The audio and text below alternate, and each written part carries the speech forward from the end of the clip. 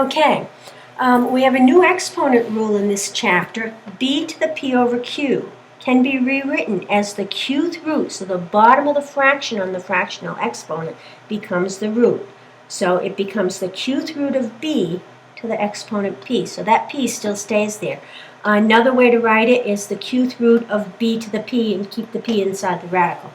Now, let's use that rule either backwards or forwards or whatever in simplifying. First of all, 81, I need to rewrite it. I could use 9 squared. I could also use 3 to the 4th. 3 to the 4th is the better choice. The smaller the base, the better. So when you have a choice, go for the smaller number. So 3 to the 4th to the 3/4. Now use your exponent rules. Power to a power, multiply. 4 times 3 over 4, 4's cancel. 3 to the 3rd, 27. All right, let's do another one. 25, how can I rewrite that? 5 squared, you knew that, right? To the negative 3/2. Power to a power, multiply. 5 to the negative 3 equals 1 over 5 to the 3rd equals 1 over 125. Now, this answer is good if you want a fraction. Sometimes the directions say no fraction answers. In that case, you would stop right here once you have it in exponent form. All right, let's do the next one, 9 to the 2.5. Well, the 9 part is easy. That's 3 squared. What do I do to the 2.5? Any ideas? Yeah, make it a fraction. 3 squared to the 5/2. 3 to the 5th. 243, that was easy. All right, here's a trickster one here. Okay, we're going to keep the negative 3/4 out of the way for a minute and just deal with the inside. How am I going to write that 81? 9 squared or 3 to the 4th?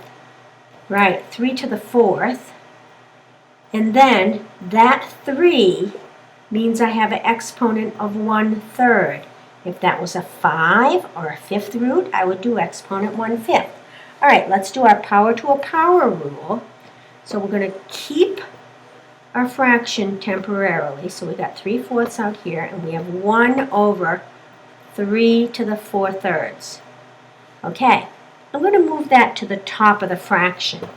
You know that fraction rule, right? So now 3 to the negative 4/3 raised to the power negative 3/4. Power to a power, what do I do? Multiply. Negative times negative is positive. 4/3 times 3/4 is 1. 3 to the 1 is 3. So this rule ends up being quite helpful for some of the problems that we have to do. All right, now I'm going to do a couple more problems for you that you'll really understand the value of that rule when you see the solving that we get to do because of this. All right, here's one here. Square root of 1/3 times cube root of 9.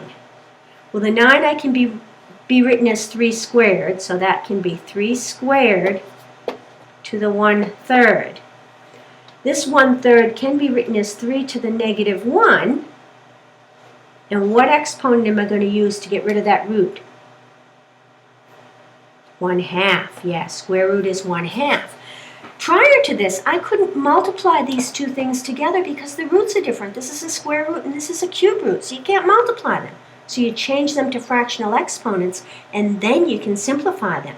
So then the next step, power to a power, so this becomes 3 to the negative 1/2 times 3 squared times 1/3 is 3 to the 2/3. And then, what do? You have to add the exponents, right? Well, 2/3, 1/2 is the same thing as, let's change to common denominator 6. All right, so that would be 3 over 6, and that would be 4 over 6. And what do I do with the exponents? Add them. So I get 3 to the 1/6. So the answer to this problem is the 6th root of 3, or 3 to the 1/6. You need to pay attention to directions. Sometimes they say put it back in radical form. This would be the answer. If they say leave it in exponent form, this would be the answer. Both of those are equivalent. Okay, let's do another one. What if you had cube root of 9 times square root of 3? Well, I can't multiply these because the roots are different. If it was cube root of 9 times cube root of 3, I could multiply and say cube root of 27. But I can't because the roots are different. So 3 squared to the 1/3 times 3 to the 1/2, right? So then I have 3 to the 2/3 times 3 to the 1/2 equals 3 to the 2/3 plus 1/2. I have to add those exponents, right? So 4/6 plus, what's that one? 3/6, 7/6. So now I have 3 to the 7/6, right? Which could be written as the 6th root of 3 to the 7th. Oh boy, if there's 7 3's, 1 can come out. I could write this as 3 times the 6th root of 3. You know why that happens? Well, you could think of this is really stretching the point, but 3 to the 7th means 7 3's. 2, 3, 4, 5, 6, 7, right? 6th root means every time I have 6 things the same, I can take a 3 out for that. So 3, 6th root of 3 is the answer. All right. Now, sometimes the directions say write in exponential form. If that was the case, you could have left it as 3 to the 7/6. All right. Let's try another one here. 6x to the 2/3 equals 54. Oh boy, what do I do there? Well, the directions are solve, and the directions are solve for x. So how about if we divide both sides by 6 first? That works, right? So then I have x to the 2/3 equals, what do you get? 9. All right. How do I get rid of that 2/3? I'm solving for x. I need to have x equal something. Well, how about this? I can raise it to a power as long as I raise the other side to the same power. What power could I use so that I get x to the 1? 3/2. And then I do 9 to the 3/2. But 9 I'm going to write as 3 squared to the 3/2. 2's are going to cancel. So x equals 3 to the 3rd. What does x equal? X equals 27. Hey, that was easy.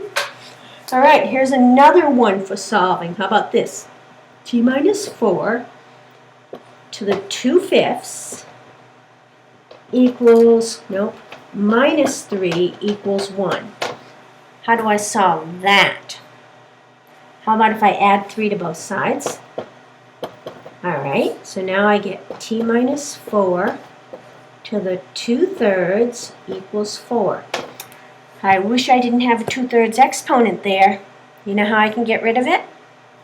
Yeah, if I raise both sides of this equal sign to the same power, I haven't changed the value, so we'll use 3/2. Why did I use 3/2? Because 3/2 times 2/3 is 1. So now I get t minus 4 to the 1, so I can just write t minus 4 equals 2 squared to the 3/2. You know what happens there? Yeah, 2 to the 3rd, that's 8. So t minus 4 equals 8. What does t equal? 12. That was easy. All right, you got a lot of homework like this. Good luck.